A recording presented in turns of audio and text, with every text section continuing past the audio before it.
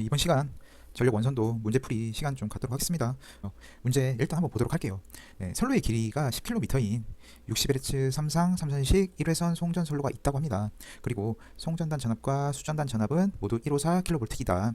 그리고 선로의 직렬 임피던스는 1km당 0.02 플러스 J0.6이고 다른 회로 정수는 무시하는 경우 다음의 물음에 답하시오 라고 했습니다. 그래서 이런 문제를 풀 때 가장 중앙점을 둬야 되는 것은 바로 1단계의 ABC의 정수의 결정입니다. 그래서 저희가 문제에서 이런 말을 볼 수가 있죠. 다른 회로 정수는 무시하는 경우, 즉 직렬 임피던스 빼고 다른 회로 정수는 무시한다 라고 했습니다. 그 말은 무엇이죠? 어드미턴스, 요거를 무시해달라는 말이죠. 요거, 이거를 무시를 해달라. 지금 뭐죠? 제가 전에도 한번 말씀드렸죠. 어드미턴스를 무시해달라라고 하는 건 단거리 송전선로다 라고 제가 말씀드린 적이 있습니다. 그래서 이 단거리 송전선로에서 입사파는 2R 나누기 2 0도가 되고 반사파도 역시 2R 나누기 2 0도. 그래서 입사파 반사파 크기도 같고 위상도 같기 때문에 이 두 개를 더해준 게 바로 이 ES가 된다라고 제가 말씀드렸습니다. 그래서 혹시 이 내용이 조금 잘 이해가 안 되시면 장거리 송전선로 거리에 따른 페이저도를 나타낸 강의가 있으니까 그 강의 한번 참조해 주시면 될 것 같습니다. 그래서 단거리 송전선로에서 이 A 이 값이 크기가 1이 되고 각도가 0이 되는 이런 상황을 맞이할 수가 있습니다. 그래서 이 A의 크기는 D와 같다. 제가 전력 원선도 기초 내용에서 말씀드렸죠. 그리고 이 B 정수를 한번 보도록 하겠습니다. 이 B 정수를 보게 되면 제가 뭐라고 말씀드렸죠? 직렬 임피던스 요거 같다라고 말씀드렸습니다. 그래서 송전선로에서 EZ 직렬 임피던스를 의미를 한다. 그래서 문제에서 주어진 바로 0.02 플러스 J0.62 킬로미터당 옴이지 않습니까? 그래서 10km를 곱해주게 되면 직렬 임피던스의 전체 크기가 나오게 되는 것이죠. 그래서 0.02에다가 10을 곱해주고 0.6에다가 10을 곱해준 다음에 크기를 구해주게 되면 바로 요거죠. 0.2가 되고 0.6이 되는 것이죠. 그래서 요 크기, 이 대각선 크기가 바로 6.003이 됩니다. 무슨 말인지 아셨죠? 그래서 이 각도를 저희가 베타라고 하고 이 베타 각도는 탄젠트 역함수의 6을 0.2로 나눠주면 각도가 88.09도가 나오게 됩니다. 네, 이해가 되셨을까요? 그래서 A, B, C, D 이 정수를 구해줬으니까 다시 한번 써보도록 하겠습니다. 그러면 이렇게 되는 것이죠. 88.09도. 그리고 이 C 이거는 어드민턴스와 관련된 값이죠. 근데 문제상에서 다른 회로 정수는 무시한다라고 해줬기 때문에 0이 되는 것이죠. 그래서 제가 A, D-B, C는 1이다 라고 말씀드렸죠. 이거 두 개 곱해서 1이고요. 이거 두 개 곱해서 0이죠. 그래서 1이 됩니다. 이것 또한 만족하게 됩니다. 아시죠? 그리고 2단계로 제가 저번 시간에 이런 식을 아마 유도를 해드렸을 겁니다. 이 빨간색 박스를 한 걸요. 그래서 송전단 전력은 크기 A 이걸 크기 B로 나눠주고 VS의 제곱을 해주게 된다. 송전단이니까 VS의 제곱이 나오고 각도는 베타 마이너스 알파가 된다.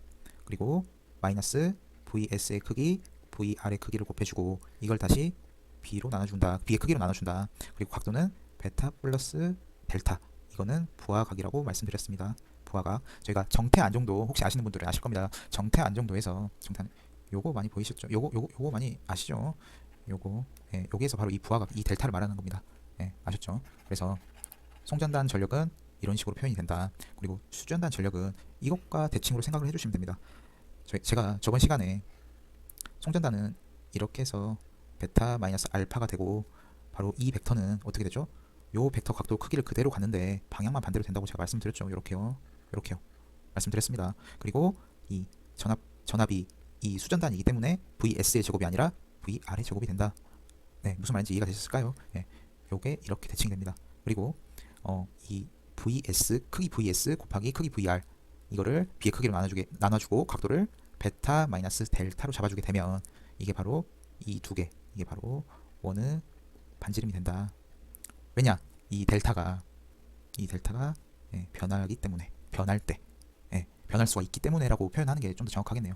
변할 수가 있기 때문에. 왜? 이 베타 그리고 알파는 고정된 값이기 때문에 그렇습니다. 그래서 가변적일 수 있는 녀석은 바로 이 부하각이기 때문에 이게 바로 반지름이 된다. 무슨 말인지 아셨죠? 그래서 이것도 보면은 대칭적으로 봐주시면 좋을 것 같습니다. 그래서 이 방향이 반대가 되죠. 이것도. 그리고 크기는 그대로입니다. 크기도 그대로. 그리고 각도가 이건 베타 플러스 델타, 이거는 베타 마이너스 델타. 이렇게 좀 알아주시면 될 것 같습니다. 네, 좀 이해가 되셨을까요?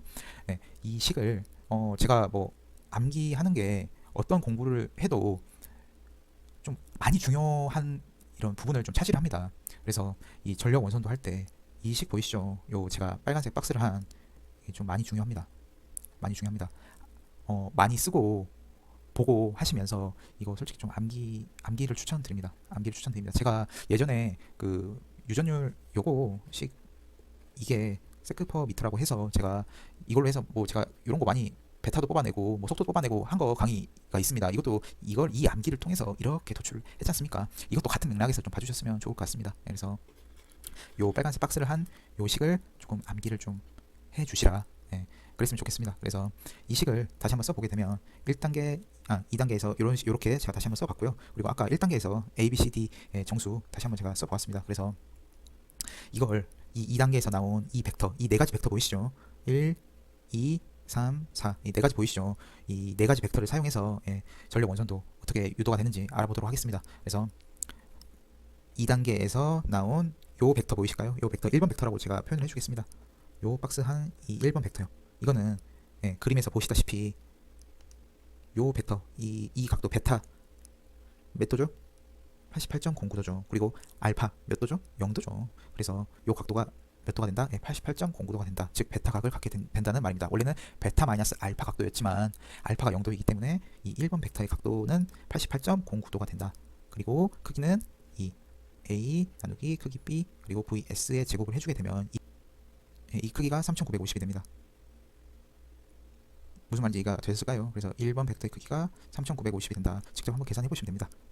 3950이 되고 이 2번을 보도록 하겠습니다. 이 2번 벡터 이 빨간색으로 표시한 이 2번 벡터 보이시죠? 그리고 크기가 어떻게 나왔죠? 제가 한번 써보겠습니다. VS, VR 그리고 크기 B로 나누게 되죠.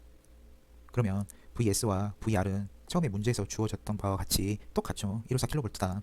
그래서 요것과 요거는 크기가 똑같습니다. 그래서 3950이 됩니다. 무슨 말인지 아셨죠? 그래서 2번 이거는 각도는 베타에다가 부하각 델타만큼, 이 델타는 제가 임의로 잡아줬습니다. 이 델타만큼 이렇게 가게 된다. 예를 들어서 이 베타에서 델타만큼 더 가게 되는 것이죠. 그리고 크기가 어떻게 된다? 3950이 된다 라는 말입니다. 이해가 되셨죠? 그런데 방향이 반대다. 그래서 이 벡터에서 방향을 반대로 취해준 다음에 이 1번 벡터와 더해주게 되는 것이죠. 그래서 이 2번 벡터가 이렇게 됩니다.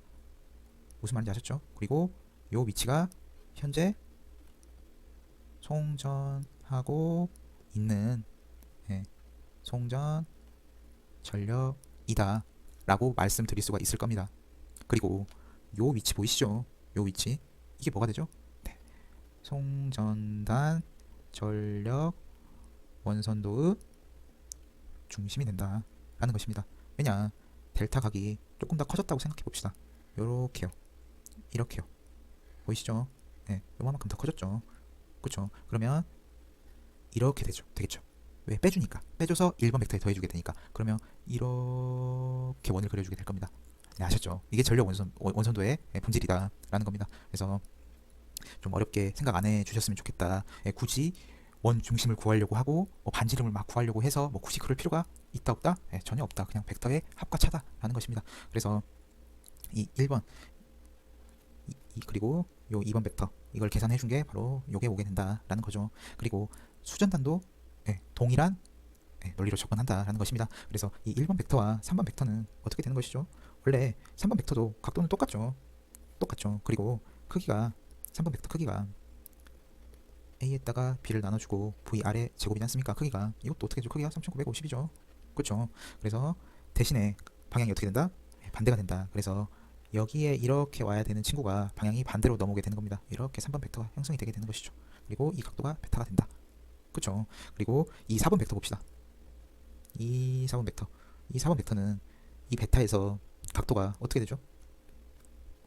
마이너스 델타만큼 빼주게 되는 것이죠. 그래서 이 베타 각도를 이루는 이 1번 벡터에서 방향을 마이너스 델타만큼 빼주도록 하겠습니다. 이렇게요. 요 방향 델타만큼요. 아셨죠? 그러면 이 4번 벡터가 형성이 되게 될 것입니다. 그런데 이 4번 벡터는 이 3번 벡터와 더해줘야 되기 때문에 그대로 평행 이동을 하게 되는 것이죠. 이렇게 4번까지요. 아셨죠? 그래서 이 3번 벡터의 종점과 4번 벡터의 시점을 이렇게 맞물려주게 되면 요 위치 보이실까요? 이 점이 뭐죠? 예, 수전하고 있는 수전 전력을 의미하게 되고, 이 3번 벡터의 종점이 바로 수전단 전력 원선도의 중심이 된다라는 말입니다. 무슨 말인지 아셨죠? 그래서 굳이 원의 중심을 구하려고 애쓰지 않아도 된다라는 말입니다. 예, 무슨 말인지 아셨을까요? 예, 그래서 문제 한번 풀어보도록 하겠습니다. 문제가 좀 그 다음부터는 쉽게 풀립니다. 이렇게만 딱 설정을 해주게 되면요.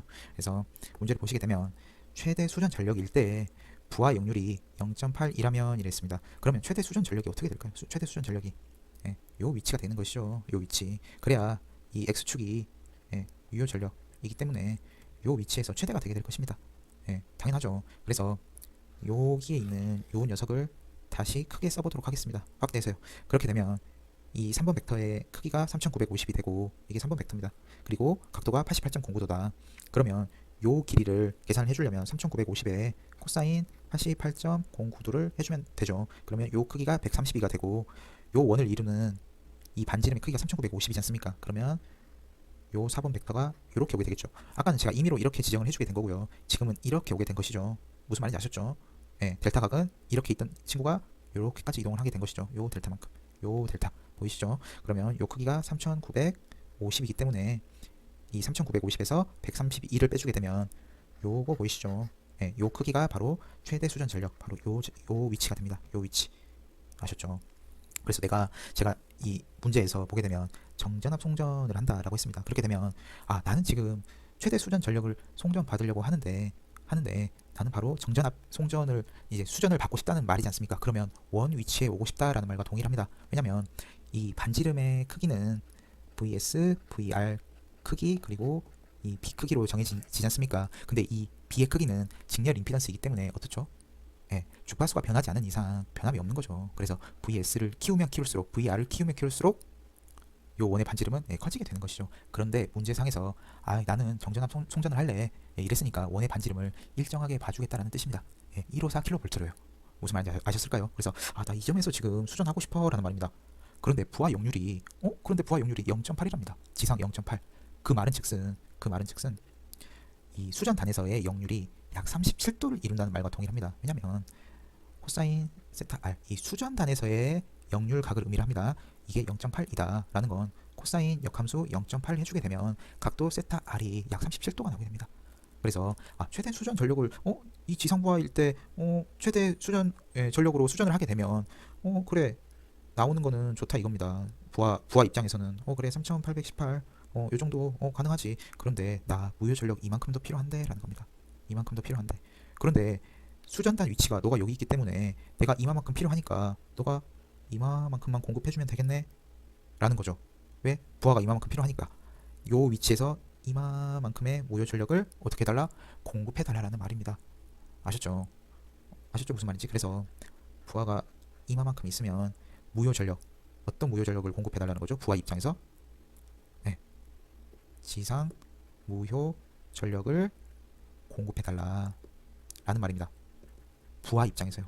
부하 입장에서 무슨 말인지 아셨을까요? 그러면 여기에 이런 전력용 콘덴서를 달게 되면 발전기 입장에서는 얘가 마이너스 Q지 않습니까? 그렇죠. 발전기 입장에서 보면 이렇게 공급을 해주게 되면 이게 마이너스 Q지 않습니까? 그런데 방향을 반대로 잡아주고 플러스 Q라고 잡아주게 되면 요거 두 개는 동일하게 되는 것이죠. 이거일 때 마이너스 Q면 방향을 바꾸고 요것도 플러스를 취해주게 되면 똑같게 되는 것이죠. 똑같죠. 요 두 개가. 그러면 전력용 콘덴서를 설치를 해줘야 이런 식으로 플러스 Q가 공급이 되겠구나 라는 말과 동일합니다. 그래서 요 크기, 요 크기가 바로 전력용 콘덴서에서 공급하는 지상 무효 전력이 된다라는 말입니다. 아셨죠?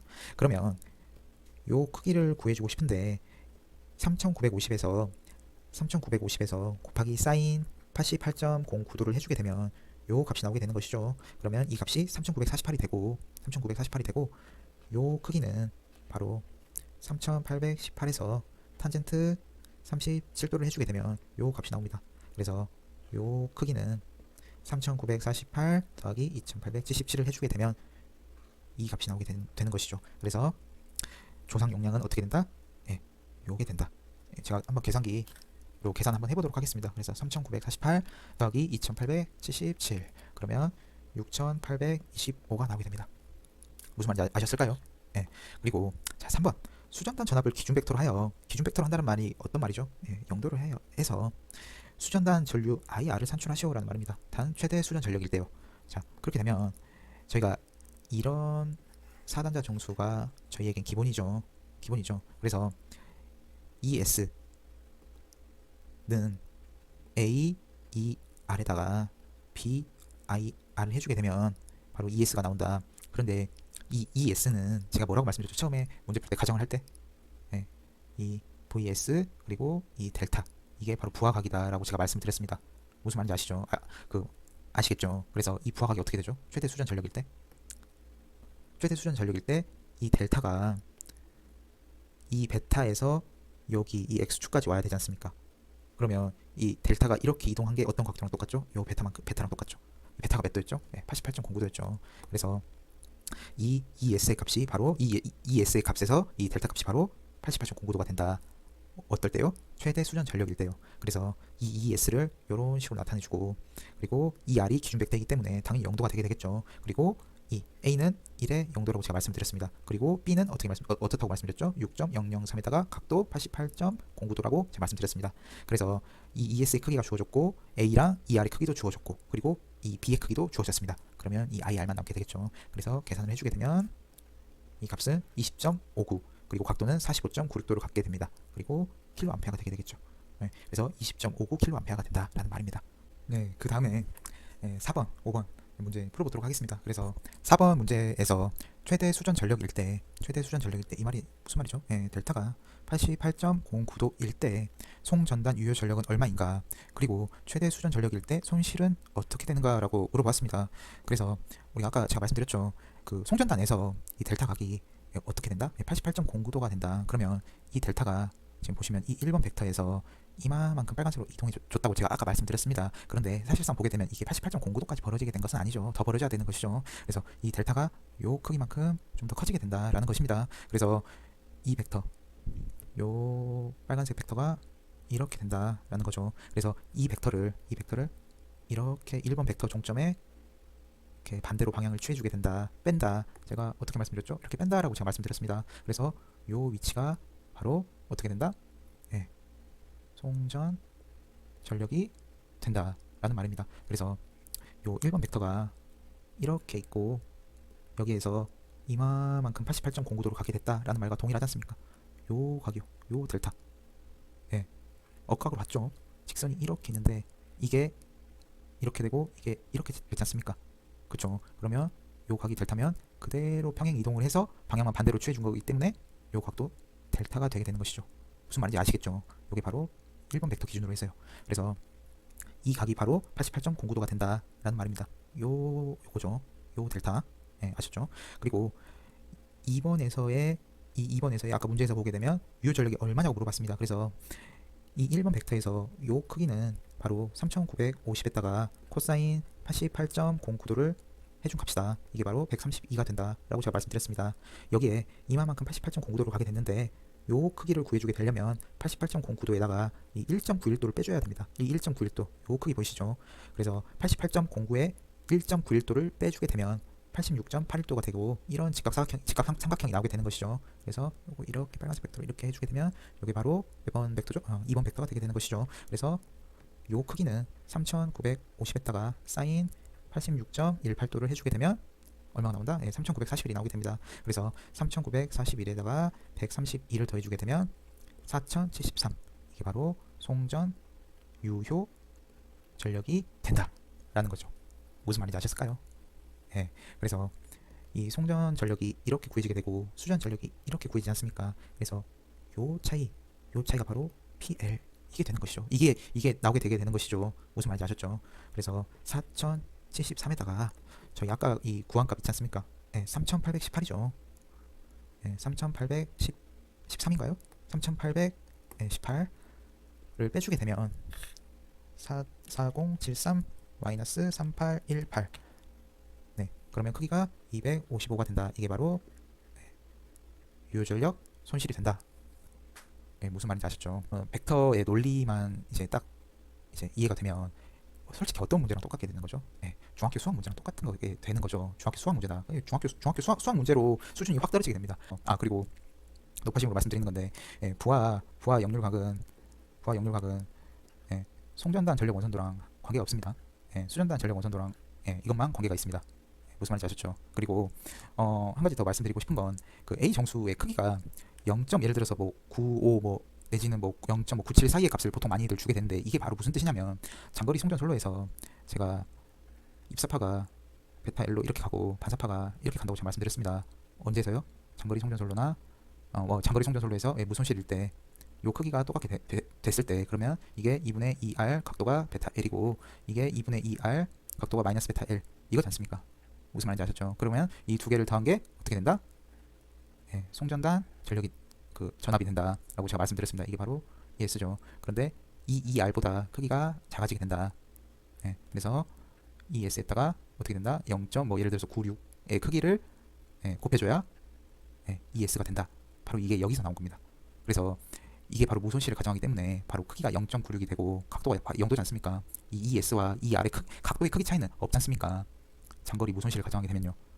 그렇죠. 그래서 무손실을 가정하기 때문에 요런 값이 주어지게 되면 그 비정수의 값은 예, R이 없게 되는 것이죠. 무조건 J 값만 나오게 됩니다. 그래서 이런 경우일 때 항상 이 비정수의 값이 J 뭐 무슨 값 이렇게 주어진 걸 좀 확인을 하실 수가 있을 겁니다. 예, 바로 다 여기서 나온 겁니다. 예, 그래서 이번 강의 여기서 마치도록 하겠고요. 예, 다음 시간에는 또 전력 원선도 뭐 괜찮은 문제 있으면 또 하나 더 가져와서 또 풀어보는 시간을 갖도록 하겠습니다. 예, 계속해서 반복하셔야 됩니다. 그래야 자기 실력이 됩니다.